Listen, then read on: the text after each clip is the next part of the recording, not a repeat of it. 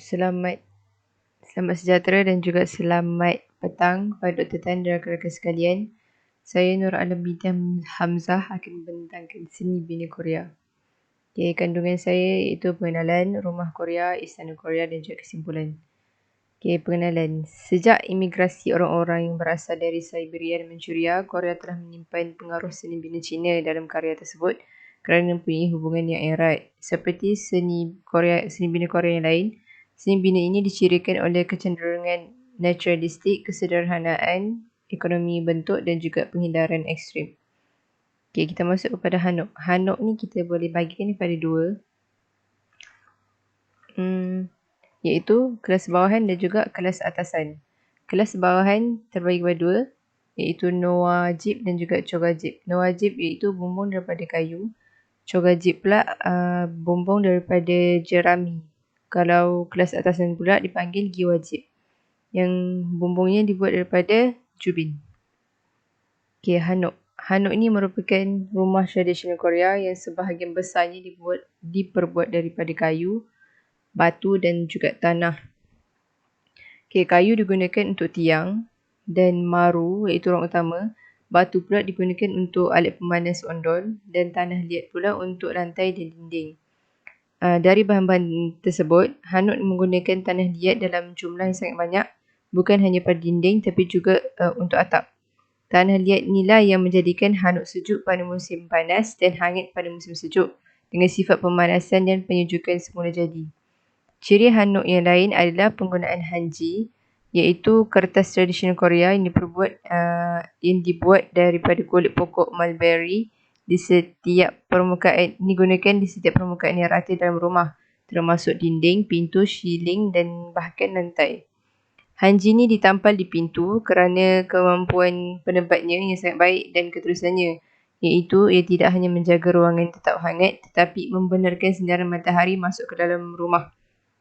Okay, hanji ni mempunyai lubang udara yang mampu memberi pengudaraan seluruh kediaman tanpa harus selalu membuka pintu. Dan hanji ni juga menyesuaikan tahap kelembapan dengan menyerap kelembapan yang berlebihan di udara dan menguapnya ketika udara kering. Hanji juga merangkap zarah dan zarah debu terapung yang bertindak sebagai pembasih udara. Dengan semua ni, Hanok tidak hanya mesra alam tapi membawa alam semula jadi ke dalam rumah dalam bentuk cahaya, udara dan juga suara. Okay, ini merupakan struktur Hanok. Okay, kita tengok ini menggunakan Yongmaru, Bugo. Ni contohnya lah struktur Hanok. Okay, apa yang kita lihat ni bahan yang digunakan dalam Hanok. Secara umumnya, elemen kerangka berbeza-beza bergantung pada wilayah, status sosial pemilik dan juga tujuan setiap rumah. Sebagai contoh, rumah-rumah di Korea Utara misalnya, mereka cenderung menampilkan rumah yang bersiling rendah supaya dapat kekalkan kehangatan dalaman terhadap udara luar yang sejuk pada musim sejuk. Sementara rumah di Korea Selatan pula menampilkan satu baris susun atur yang dirancang untuk peredaran udara yang berkesan dan ruang utama, lantai kayu yang tinggi di tengahnya.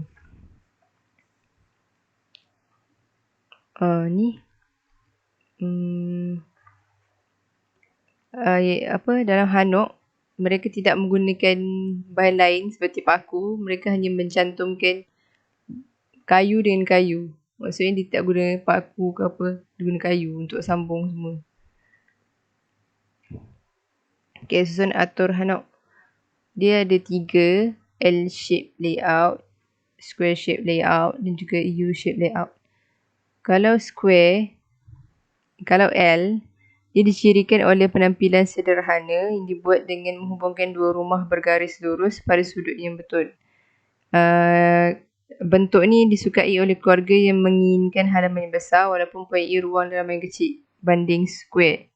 Dan ruang utama lantai kayu iaitu maru biasanya bersambung dengan dapur pada titik di mana rumah itu bersudut sehingga memastikan kecekapan dan fungsi ruang yang lebih besar. Okay, kalau square shape layout, ianya disukai oleh penduduk di Korea Utara di mana musim sejuk lebih panjang dan lebih teruk berbanding Korea Selatan.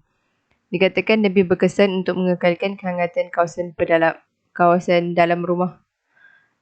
Rumah dalam bentuk ini cenderung lebih luas daripada rumah U dan L kerana semua bilik saling bersambung. Ruang utama lantai kayu biasanya terletak di tengah-tengah rumah sehingga memberikan akses terus ke bilik-bilik lain termasuk dapur. Okey, U-shape pula dicirikan oleh lokasi ruang utama lantai kayu, dapur bahagian tengah bangunan, bilik tidur di sayap, iaitu mewujudkan simetri dan keseimbangan. Okey, daripada Hanok ni, daripada persekitaran Hanok, dia menunjukkan kesatuan dengan alam, iaitu keindahannya yang sederhana dan lembut yang disatukan dengan martabat dan keharmonian sungguh luar biasa. Dengan kata lain, Hanok merupakan kesatuan yang diinginkan antara alam, rumah dan juga manusia. Kepatuhan kepada unsur-unsur yang sederhana dan lembut yang disatukan dengan martabat keharmonian yang sungguh luar biasa. Okey, lepas tu kita masuk kepada ondol. Ondol ni merupakan sistem pemanasan bawah lantai yang menggunakan pemindahan haba secara terus dari asap kayu untuk memanaskan bahagian bawah lantai yang terdiri dari batu tebal. Ini struktur ondol. Kita tengok kelebihan ondol. Ondol ni salah satu kelebihannya ialah dapat mengekalkan panas untuk jangka masa yang panjang. Kebiasaannya orang akan memadamkan api sebelum tidur pada waktu malam kerana kehangatan yang diperoleh mampu bertahan sehingga pagi. Ondol juga mampu menyebarkan haba secara sekata dan merata di seluruh ruangan walaupun bahagian bilik yang paling dekat dengan agunggi tempat bakar jauh lebih panas. Okay, lepas tu ondol ni dia bahan bakar mudah diperolehi, iaitu sebarang bahan yang mudah terbakar boleh digunakan sebagai bahan bakar untuk ondol. Tidak ada keperluan bahan bakar yang khas, jadi mudah. Okay, kalau kekurangan ondol ni, dia lumpur dan batu adalah salah satu bahan utama yang membentuk ondol. Jadi bahan demikian memerlukan masa yang lama untuk memanaskan bawah batu tu lah. Sambil itu, sukar untuk menyesuaikan suhu bilik. Ini adalah proses pemanasan ondol. Let's find out how ondol is made. First, flues are piled up in different shapes to make paths for the heat. They're shaped differently according to the number of rooms and furnaces in the house. Usually, flues are lined up straight toward the chimney. They can also be lined up in the shape of a fan or diagonally.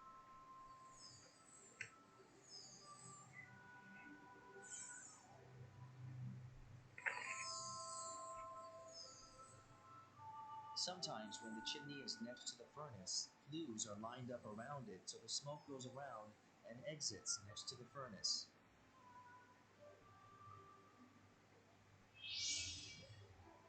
Once the floor is done, a fire is started in the fireplace. Heat passes through the entrance of the ondol floor. The entrance prevents smoke from flowing backward and helps the heat permeate the floor faster. The heat passes through flues and warms the floor. The flues are built higher than the furnace to let the heat better permeate the floor. This whole structure is covered with what we call kudurjang. It's also what I can't live without. Okay, seterusnya kita masuk kepada istana Korea Gyeongbokgung, iaitu dikenali merupakan istana kerajaan utama dinasti Joseon. Dia mulanya dibina pada tahun 1395 yang terletak di utara Seoul, Korea Selatan. Gyeongbokgung ni berfungsi sebagai istana utama dinasti Joseon sehingga tempat tersebut musnah akibat kebakaran semasa perang Imjin, iaitu dari tahun 1992 sehingga 1598 dan terbengkalai selama 2 abad. Dan pada abad ke-19, 7,700 bilik istana kemudiannya dipulihkan pada pemerintahan Raja Gajong. Dan prinsip seni bina Korea kuno dimasukkan ke dalam tradisi dan penampilan istana Raja Joseon. Pada abad ke-20, sebahagian besar istana dimusnahkan oleh Imperial Jepun. Dan sejak itu, kompleks istana berdinding secara beransur dikembalikan ke bentuk asal. Ini merupakan plan ataupun peta istana Korea, Gyeongbokgung.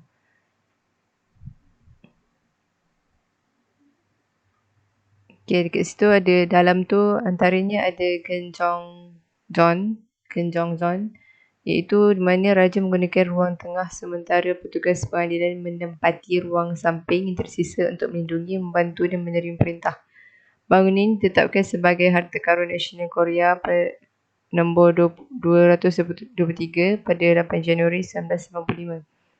Okay, yang ni Pumgesok ni merupakan tempat para pegawai mahkamah harus berdiri sesuai dengan pangkat. Dan platform 2 tingkat ni dilapisi dengan langsir terperinci dan dihiasi dengan banyak patung yang menggambarkan haiwan khayalan dan nyata seperti naga dan phoenix. Okay, selain tu dalam istana ni ada Sajongjeon, iaitu bangunan yang digunakan sebagai pejabat eksekutif utama oleh raja semasa dinasti Joseon. Dan Gotaejeon, sebuah bangunan yang dijadikan tempat tinggal utama oleh ratu semasa dinasti Joseon. Amisan, sebuah taman terkenal dibuat dari gundukan buatan terletak di belakang Gyeongtaejeon.